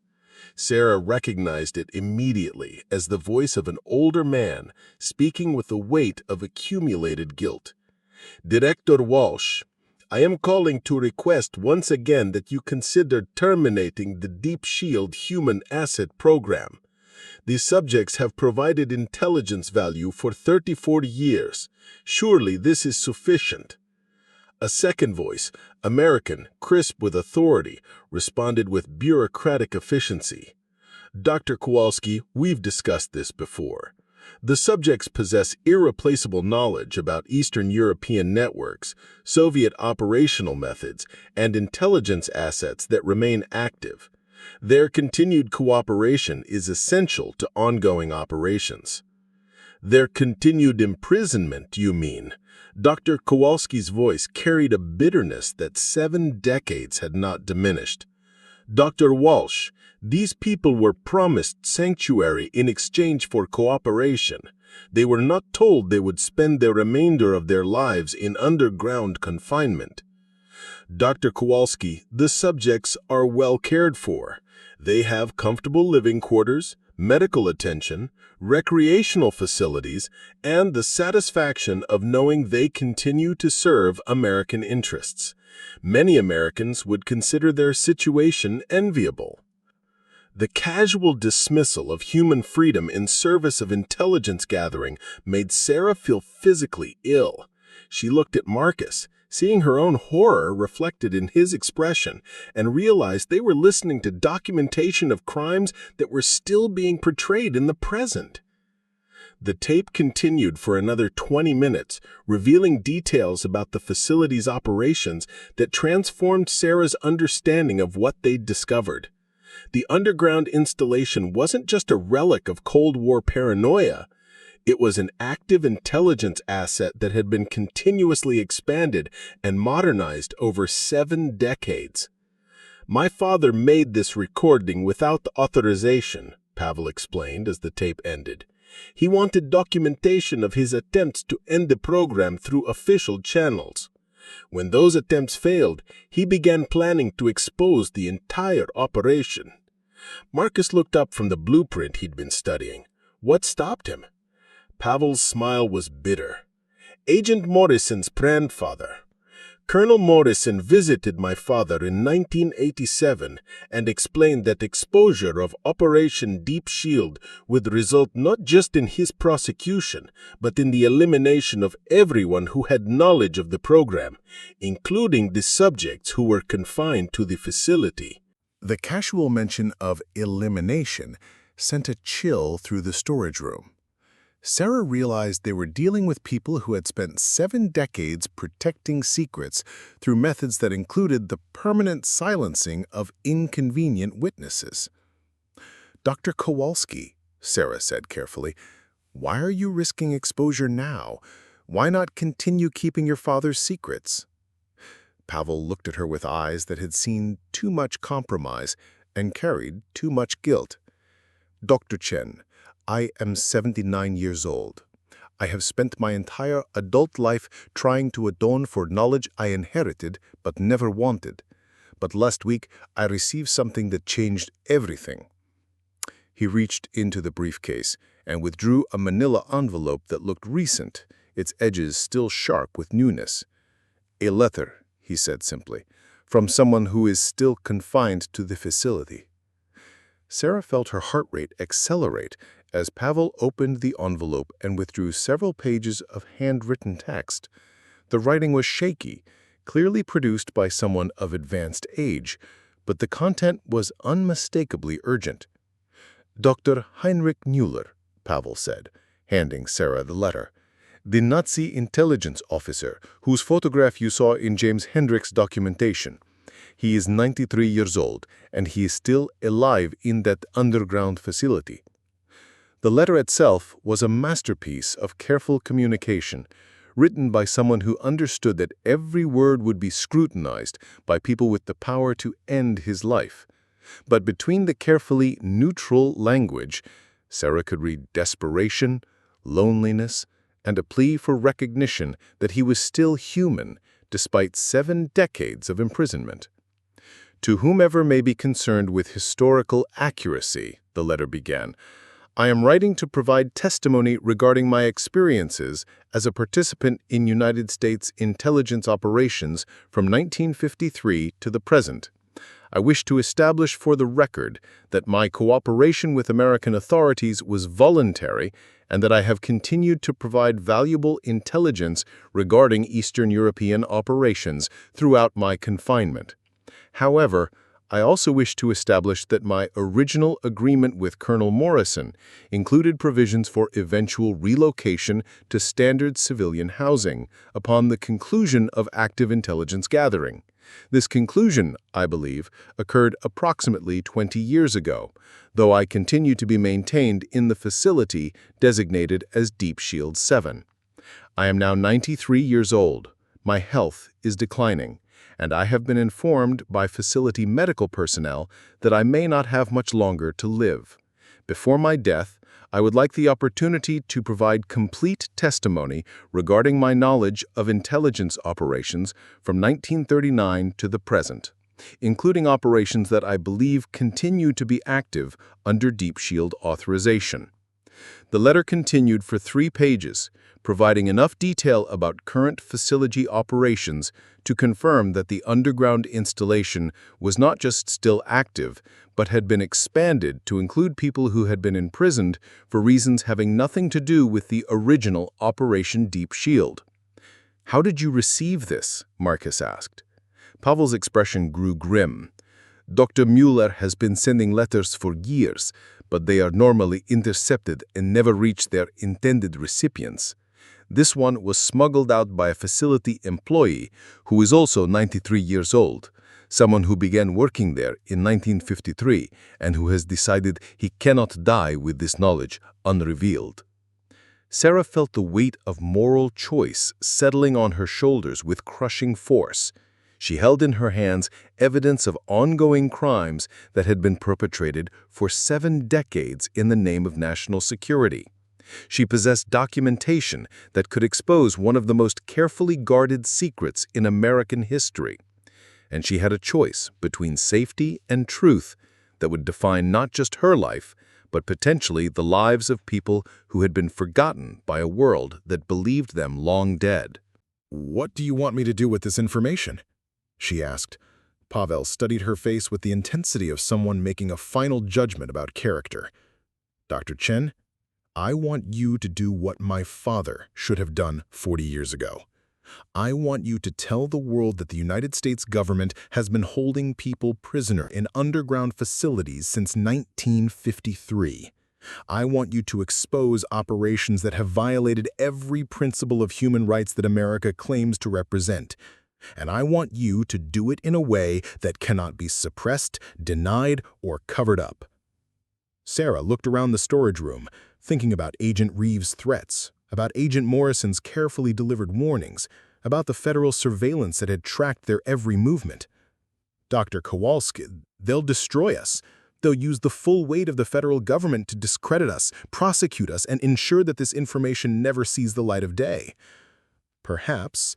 But Dr. Chen, some truths are more important than the people who reveal them.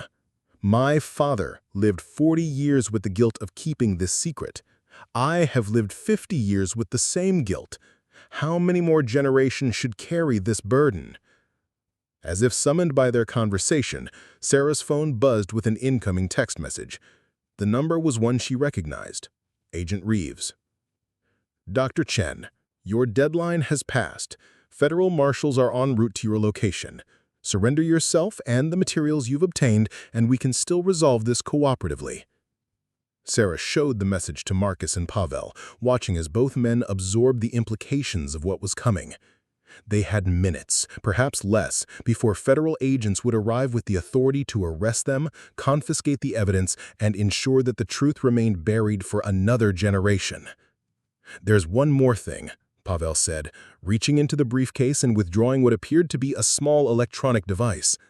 "My father was a scientist, but he was also a careful man. He created backup copies of everything, filmed records, audio documentation, detailed reports, and he hid them in a place where they could never be confiscated or destroyed."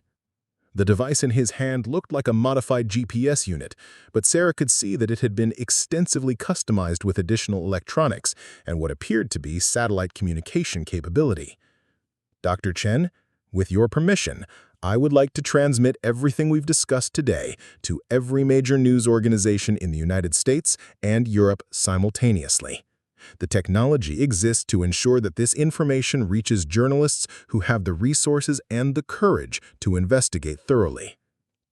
Sarah felt time compressing around her, the weight of decision pushing against the reality of approaching federal agents. She thought about Eleanor Hendricks, sitting in that Red Cross shelter with 70 years of carefully guarded truth. She thought about Dr. Heinrich Müller, 93 years old and still imprisoned in an underground facility that officially didn't exist. She thought about the people who had trusted American promises of freedom and safety, only to discover that some promises were never intended to be kept. "Do it," she said. Pavel's fingers moved over the device with practiced efficiency, uploading decades of documentation to servers that would distribute the information faster than any federal agency could contain it. As he worked, Sarah could hear the sound of vehicles arriving outside the arch. Too many vehicles, moving with the coordinated efficiency of a federal operation designed to contain a situation that had already spiraled beyond their control. "It's done," Pavel said simply. "Within the hour, every major news organization in the world will have access to complete documentation of Operation Deep Shield, including current facility operations and the identities of people who are still being held prisoner." The sound of footsteps in the maintenance corridors grew closer, accompanied by the professional communication of federal agents coordinating a complex operation designed to contain a situation that had already spiraled beyond their control. Sarah realized that in the space of a few minutes, she'd crossed a line from which there was no return. She'd chosen truth over safety, justice over career security, and the moral weight of that choice felt both terrifying and liberating. "Dr. Chen," Pavel said, extending his hand for a final handshake, "thank you for having the courage to do what my father and I could not do alone." As federal agents entered the storage room with weapons drawn and orders to surrender, Sarah felt something that had been building for days finally crystallize into certainty. The flood had revealed more than buried secrets. It had revealed a test of character that had been waiting 70 years for the right people to discover it. The truth was now beyond their control, distributed to journalists and investigators who would have the resources to pursue it regardless of federal pressure. Agent Reeves and Agent Morrison could arrest them, prosecute them, and attempt to discredit them, but they could not uninvent the evidence or silence the voices that would soon be demanding answers. As Sarah raised her hands in surrender, she realized that the real resolution wasn't about avoiding consequences. It was about ensuring that some truths were too important to remain buried, regardless of the cost of bringing them to light. The Mississippi had receded, but the flood of revelation it had unleashed was just beginning to reshape the landscape of American accountability. Standing on the banks of the Mississippi River 1 year after the flood, Sarah reflected on the changes that had transformed both the landscape and her understanding of civic responsibility. Sarah sat at the witness table, facing a panel of senators whose expressions ranged from righteous indignation to barely concealed frustration at having to address secrets they'd hoped would remain buried forever. The bright lights of television cameras created an artificial daylight that transformed the proceedings into theater, but Sarah had learned that sometimes theater was necessary to force truth into public consciousness. Senator Patricia Williams, the committee chairwoman, leaned forward with the intensity of someone who had spent months preparing for this moment. Dr. Chen, in your expert opinion, how many people are currently being held at the facility known as Deep Shield 7? Sarah consulted the notes she'd compiled from 6 months of investigation, testimony, and the gradual revelation of documents that federal agencies had spent decades keeping classified. Senator Williams, based on the documentation provided by Dr. Pavel Kowalski and corroborated by facility personnel who have come forward, we believe there are currently 14 individuals confined to the underground installation. 5 of these are original Operation Deep Shield subjects from 1953. The others were brought to the facility between 1967 and 2019 under various intelligence programs. The number hung in the air like an accusation. 14 people, some of whom had been imprisoned for more than half a century, maintained underground facilities that consumed millions of dollars annually while officially not existing. Senator Robert Hayes, whose grandfather had served in Congress during the original Operation Deep Shield authorization, shifted uncomfortably in his chair. "Senator Chen," Senator Hayes said, his voice carrying the careful neutrality of someone walking through a political minefield, "while the committee appreciates your dedication to uncovering historical facts, don't you think there's a possibility that these individuals were confined for legitimate national security reasons?" Sarah looked directly at Senator Hayes, thinking about the months of federal prosecution she'd endured, the career destruction that followed her decision to reveal the truth, and the personal cost of choosing moral clarity over professional safety. "Senator Hayes, I think the question isn't whether their original confinement had legitimate justification. The question is whether holding 93-year-old men and women in underground prisons for decades after any possible intelligence value has expired can ever be considered legitimate in a democracy." The exchange captured the fundamental tension that had defined 6 months the national debate about Operation Deep Shield and its ongoing legacy. The revelations that had emerged from Pavel Kowalski's documentation had triggered the most significant intelligence scandal in American history, forcing Congress to confront moral compromises that had shaped foreign policy for 7 decades. But the path from revelation to recognition had been neither simple nor swift. Sarah's arrest at the Gateway Arch had been followed by 3 months of federal prosecution on charges of possessing and distributing classified materials. The case had become a cause célèbre among journalists and civil liberties advocates, particularly after major news organizations had begun publishing the Operation Deep Shield documentation that Pavel had transmitted. The government's attempts to suppress the story had backfired spectacularly. Each motion for prior restraint, each attempt to classify documents retroactively, each effort to discredit the witnesses had only generated more media attention and public demand for answers. The Nixon-era Pentagon Papers case had established precedents that made suppression difficult, and the international distribution of the evidence had made containment impossible. Dr. Pavel Kowalski, despite being 80 years old, had become an unlikely media figure, appearing on news programs with the moral authority of someone who had carried inherited guilt for 5 decades and finally found the courage to act. His detailed knowledge of the scientific and technical aspects of Operation Deep Shield had provided journalists with the background necessary to understand the full scope of what had been hidden.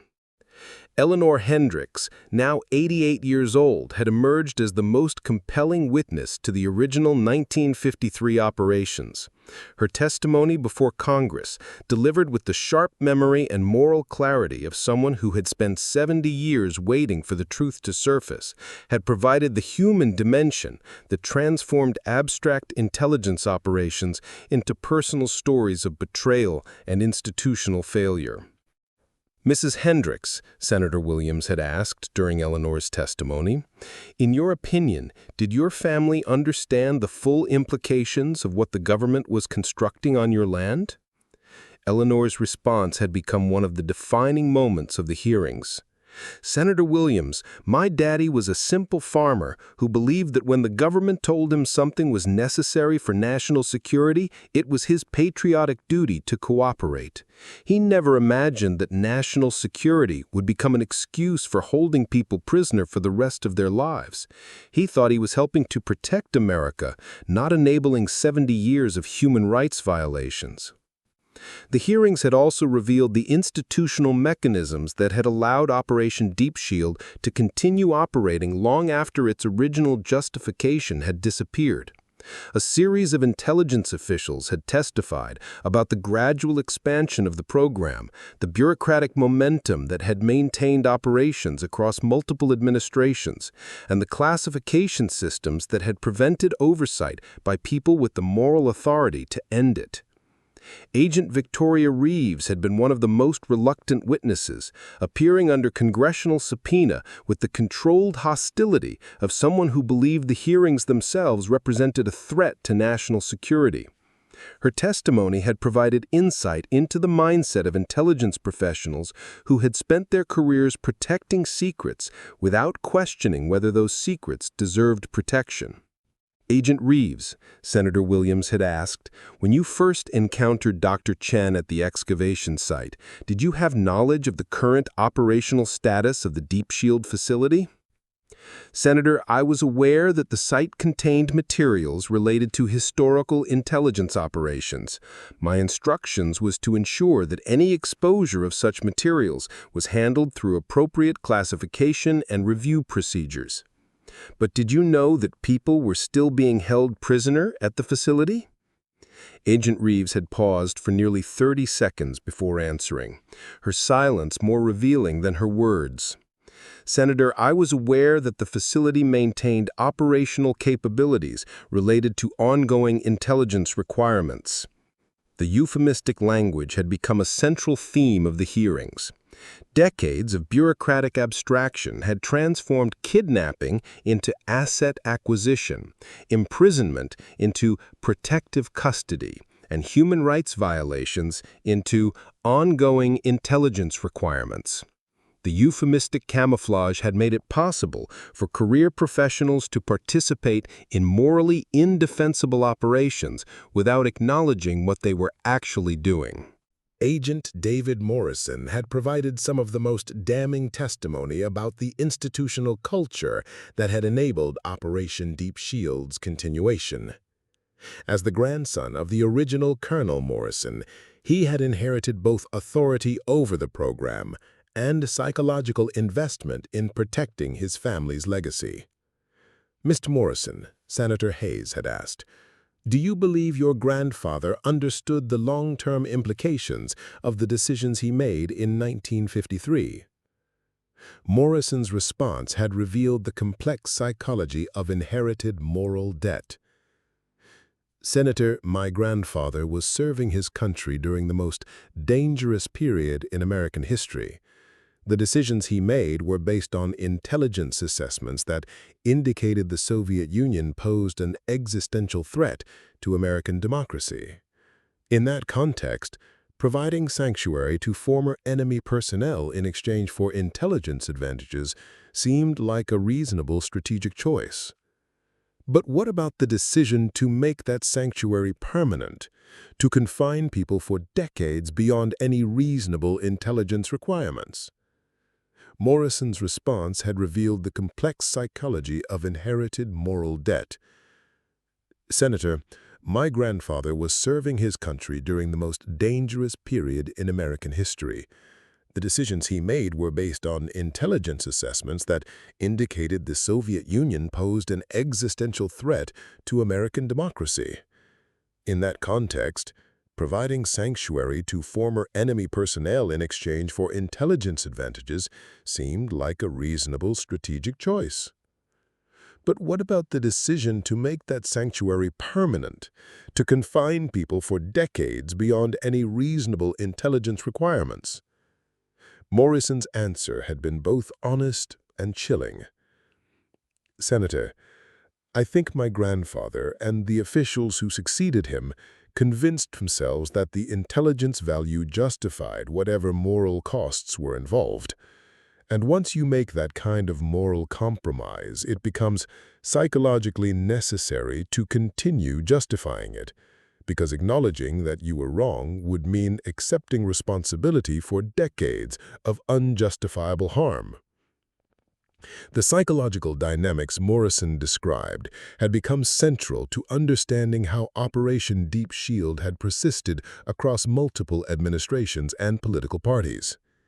Each generation of officials had inherited moral compromises they couldn't acknowledge without destroying their own sense of professional and personal integrity. The institutional momentum of secrecy had created a feedback loop where protecting the cover-up became more important than addressing the underlying crimes.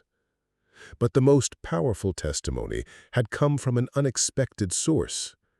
3 weeks into the congressional hearings, facility personnel had begun coming forward with first-hand accounts of current operations. The most significant of these was Dr. Margaret Walsh, the daughter of the facility director who had appeared on Pavel Kowalski's 1987 audio recording. Dr. Walsh, now 67 years old, had spent her entire career working at the Deep Shield facility, first as a medical technician and eventually as the person responsible for maintaining the physical and psychological health of the confined subjects. Her testimony had provided the most detailed picture of what life had been like for people who had spent decades in underground imprisonment. Dr. Walsh, Senator Williams had asked, in your professional opinion, what has been the psychological impact of long-term confinement on the Deep Shield subjects? Dr. Walsh's answer had been delivered with the clinical precision of someone who had observed human deterioration for decades. Senator, prolonged isolation and confinement, even in relatively comfortable conditions, produces predictable psychological effects: depression, anxiety, cognitive decline, and what we might call institutional dependency. Many of the long-term subjects have developed such profound psychological adaptation to confinement that the prospect of release has become more terrifying than continued imprisonment.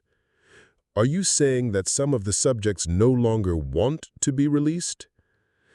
Senator, I'm saying that after 70 years of imprisonment, some of the subjects no longer have the psychological capacity to function in the outside world.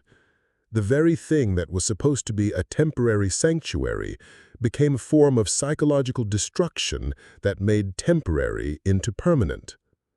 Dr. Walsh's testimony had revealed one of the most disturbing aspects of Operation Deep Shield, the way that institutional momentum had transformed what might have been justifiable temporary measures into a system of permanent psychological control. The subjects hadn't just been physically imprisoned, they had been systematically conditioned to accept imprisonment as their natural state.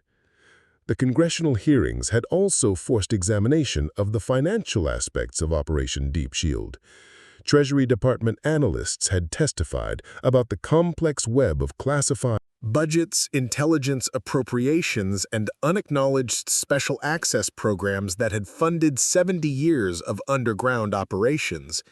The costs had been staggering, more than $2 billion over 7 decades, money that had been diverted from legitimate intelligence programs to maintain facilities that served no current national security purpose. But perhaps the most significant impact of the hearings had been their effect on public understanding of how classification systems could be used to hide crimes rather than protect legitimate secrets. The Operation Deep Shield revelations had triggered a broader examination of government secrecy, leading to demands for classification reform and increased oversight of intelligence operations. Sarah's own role in the revelations had evolved from accidental discoverer to reluctant public figure. The federal charges against her had been dropped after public pressure and media attention made prosecution politically untenable, but the personal costs had been substantial. Her career with FEMA had ended, her professional reputation had been complicated by association with intelligence scandals, and her personal life had been disrupted by months of legal uncertainty. But sitting in the congressional hearing room, facing questions about moral choices and institutional accountability, Sarah felt something that had been building since that first evening at the excavation site. The flood had revealed more than buried secrets. It had revealed the possibility that democracy could still function when citizens chose truth over comfort, justice over career security, and moral clarity over institutional loyalty. "Dr. Chen," Senator Williams said, bringing Sarah's attention back to the present moment, "what do you believe should happen to the people who are still confined at the Deep Shield facility?" Sarah looked around the hearing room, thinking about Eleanor Hendricks, about Dr. Pavel Kowalski, about the courage required to break cycles of institutional secrecy that had persisted for generations. "Senator Williams, I believe they should be released immediately, provided with comprehensive medical and psychological support, and given the opportunity to tell their own stories about what they've experienced. But more importantly, I believe we need to ensure that the institutional mechanisms that allowed Operation Deep Shield to continue for 70 years are dismantled completely." And what would that look like in practical terms? Sarah's answer had been shaped by 6 months of thinking about how to prevent future abuses while maintaining legitimate intelligence capabilities. "Senator, I think it would require fundamental changes to classification authority, mandatory periodic review of all special access programs, and congressional oversight that can't be circumvented by claims of national security. Most importantly, it would require acknowledging that some secrets are too dangerous to keep, regardless of the political or professional costs of revealing them." The hearings had continued for another month, generating thousands of pages of testimony and documentation that would provide the foundation for intelligence reform legislation. But the real resolution had come not from congressional action, but from the gradual release of the Deep Shield subjects themselves. Dr. Heinrich Müller had been the first to be released, at the age of 94 after spending 70 years in underground confinement. His emergence into a world that had changed beyond recognition had been both triumphant and heartbreaking, a testament to human resilience and a reminder of the costs of institutional moral failure.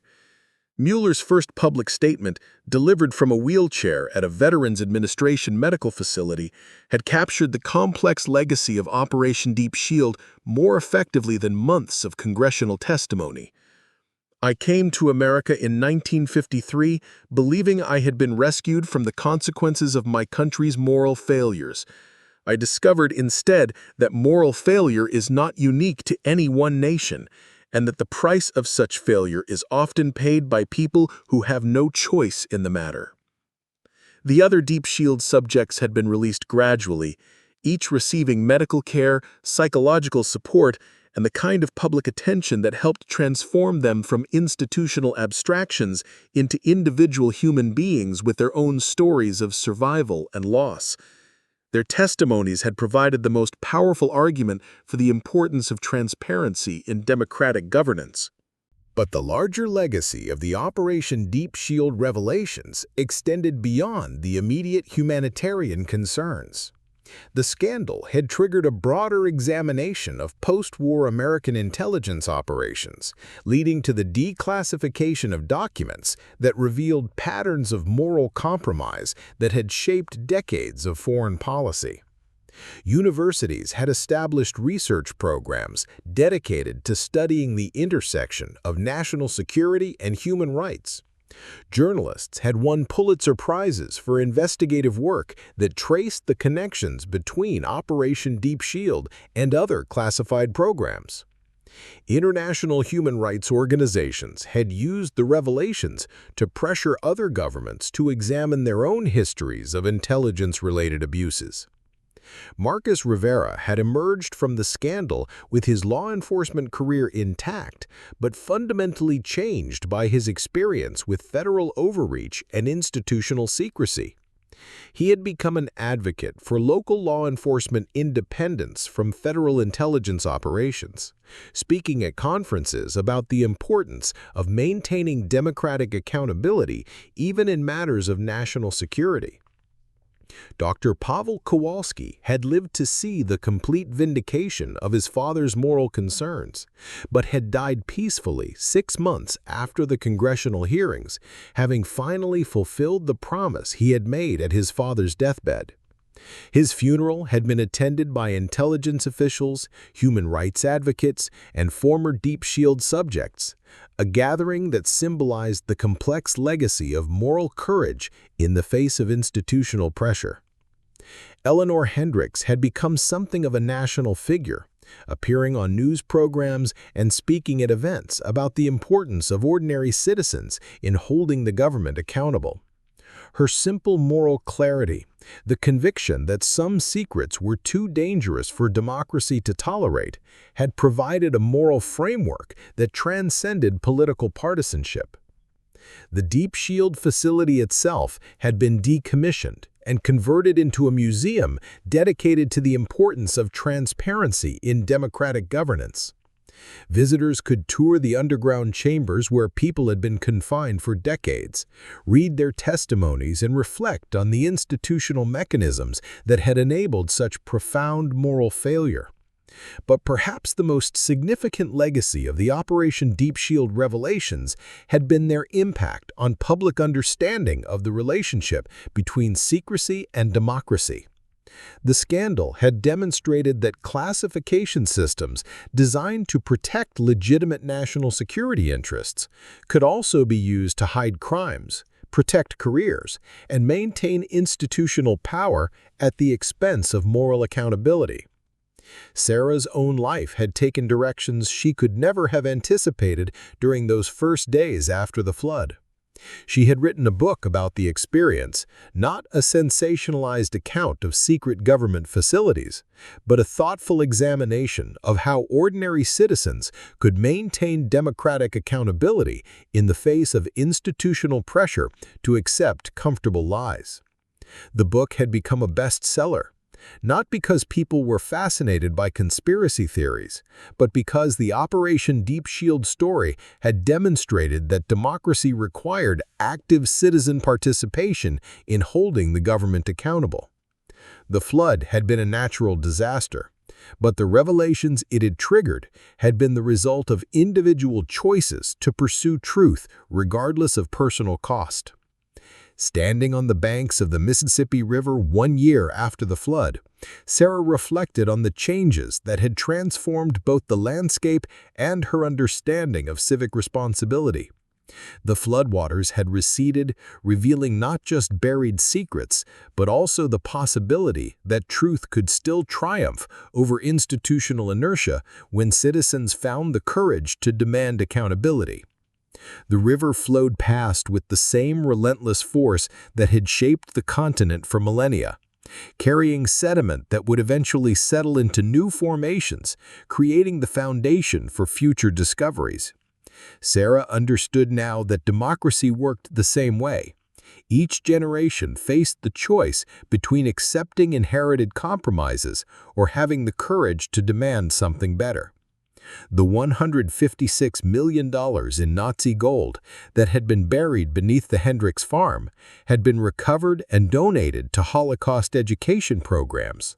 But the real treasure revealed by the flood had been the recognition that some truths were too important to remain buried, regardless of the institutional pressure to keep them hidden. And the way of times informed none of the decisions that had been made by what was not a well-managed government. Operation Deep Shield had ended, its subjects had been released, and its institutional legacy had been documented for future generations to study and learn from. But the moral framework that had enabled 70 years of human rights violations remained embedded in classification systems, intelligence authorities, and the institutional culture of agencies that operated beyond democratic oversight.